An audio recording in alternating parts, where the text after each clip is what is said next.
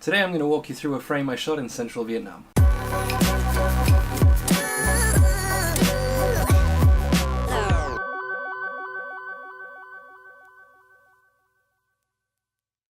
Welcome back to the channel, guys. This is Dylan Golby, photographer here in Seoul. I just spent a couple of weeks in central Vietnam with my good friend Etienne from Pixavasia. We were running a 5-day photo tour and workshop together in central Vietnam, going through fishing villages and just small towns along the coast and things like that. And one of the things that we got a bit of a request from our participants was to run them through the process of how we get to a final image. And so I thought I'd go through that with you guys on YouTube here today. So this is a bit of an experiment. If you guys find it useful, let me know in the comments. If there's anything else you might like to hear, also let me know, as I'd like to build on this and make it as useful to you guys as possible.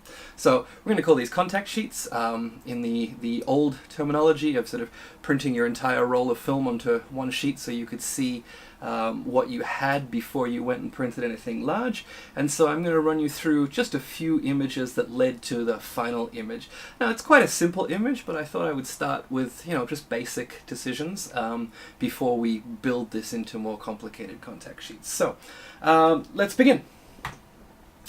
So this is the scene that I saw. This is sunrise at a small harbor, and a whole lot of fishing boats were coming in, and the market was getting itself started, and people were just running back and forward with big baskets of fish, grinding ice, shaving ice rather, to keep the fish cold as they took them over to market.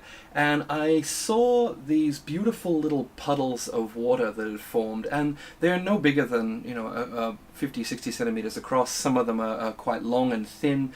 So the divots in the concrete were filling with smelly, kind of fishy water from the people running back and forth with these buckets of fish, and also some of the ice that was being shaved melting onto the ground here. A little bit of oil mixed in from engine repairs and things like that. Probably wasn't the nicest thing to put your camera down into, but it was necessary for this sort of shot. So I saw these puddles, and the very first thing that came to mind was, if I get close enough to those, I can get a perfect reflection of the sunrise, and then something interesting might happen. So I started with this frame, which is just a fisherman and a lady in the conical hat, standing and sort of waiting for things to get going, and nothing was really happening at this point. So I kept it in the back of my head, and I went and I shot a whole lot of other frames of the people shaving the ice and people repairing their boats. And then I saw that a small section of market had opened up along this puddle that I had seen earlier, and so I went back to find a fair amount of chaos. So a lot of people doing their various duties, people buying fish, selling fish, moving bits and pieces around along the side of the ocean here. And I thought, okay, there's something here, and so I started shooting. And as you can see, I'm not quite there yet. A lot of these people are sort of overlapping each other, which I like to have separation when I have silhouettes, otherwise they tend to form into one big lump, and so I'm always looking to keep things pretty separated. I'm happy with my exposure. I've kept the detail in the clouds here. I've still got a few little overlaps here, somebody coming into the side of the frame here. I've also got this piece of the concrete here, and that's literally a case of moving my camera about 1 centimeter forward, and when I do that, I can get that out of the frame. And so you'll see that I start to shoot a few more, and I'm holding my camera down at ground level, putting the tripod mount into the water and just keeping the camera just above the water, and I'm starting to see a few moments evolving here. And as you can see, I've still got this piece of mess in the bottom here, and then as it goes on, I've moved forward now, so I've no longer got this piece of mess here, and I'm starting to see some shapes appearing here. But I've still got a lot of mess, people kind of taking up the corners that maybe don't need to be. And then as I keep shooting, I start to see, okay, these baskets look great, things are great. This lady on the corner here is starting to come in, but now what I find is that I've actually chopped off everybody's heads down here, and I kind of want that symmetrical reflection. Now, I can tilt my camera down to do that, as long as I keep that piece of concrete out of the frame. I keep it just completely filled with water, then I'll get that perfect reflection. And I really wanted to get that because I feel like that would make the frame a little more interesting. Now, Ideally, I would have had a slightly wider lens. This is the 23mm f1.4 at this point, and I would have loved to have had my 16mm, but I'd left it in the bus, and that was a ways back, and I didn't want to miss this scene. So I kept shooting here. I've still got this lady covering up the other lady here, and I keep shooting until, okay, now I'm starting to get somewhere. Now I've got everybody separated. There's nobody kind of overlapping anybody else, but I've still chopped this lady's head off down here.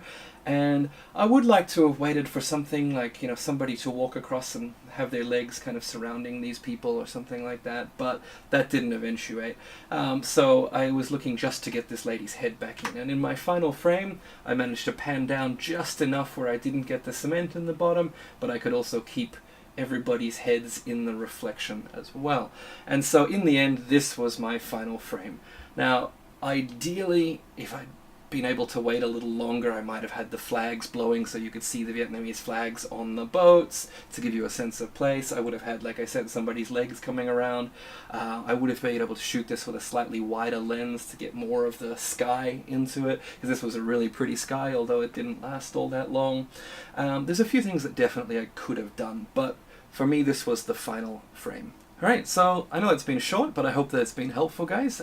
This is the process that I go through when I'm shooting. Once I've got my frame set up, I will try to refine the composition as I continue shooting, because you never, in a situation like this, never really know what's going to happen. And so I'm shooting the whole time and trying to keep my composition looking good, or improve it where I can as I go, and then just waiting for moments to happen. And I keep shooting and shooting and shooting until I get something that I'm happy with. And once I'm there and I feel like I've exhausted the scene, or that it's starting to slow down, then I will move on to another frame. But I will always try and follow this process and try to get as many different options as possible for one scene. Right, so again, I hope that's been helpful. Thanks for watching. You can subscribe below for more content like this every Wednesday. Please give it a thumbs up. Comment below to tell me if you'd like to see something more like this. You can find me on Instagram and Facebook at Dylan Golby Photographer. You can also find me at dylangolby.com. All those links will be down below. And you can also find Pics of Asia at picsofAsia.com to check out more tours in central or northern or even southern Vietnam. So thanks again for watching, guys.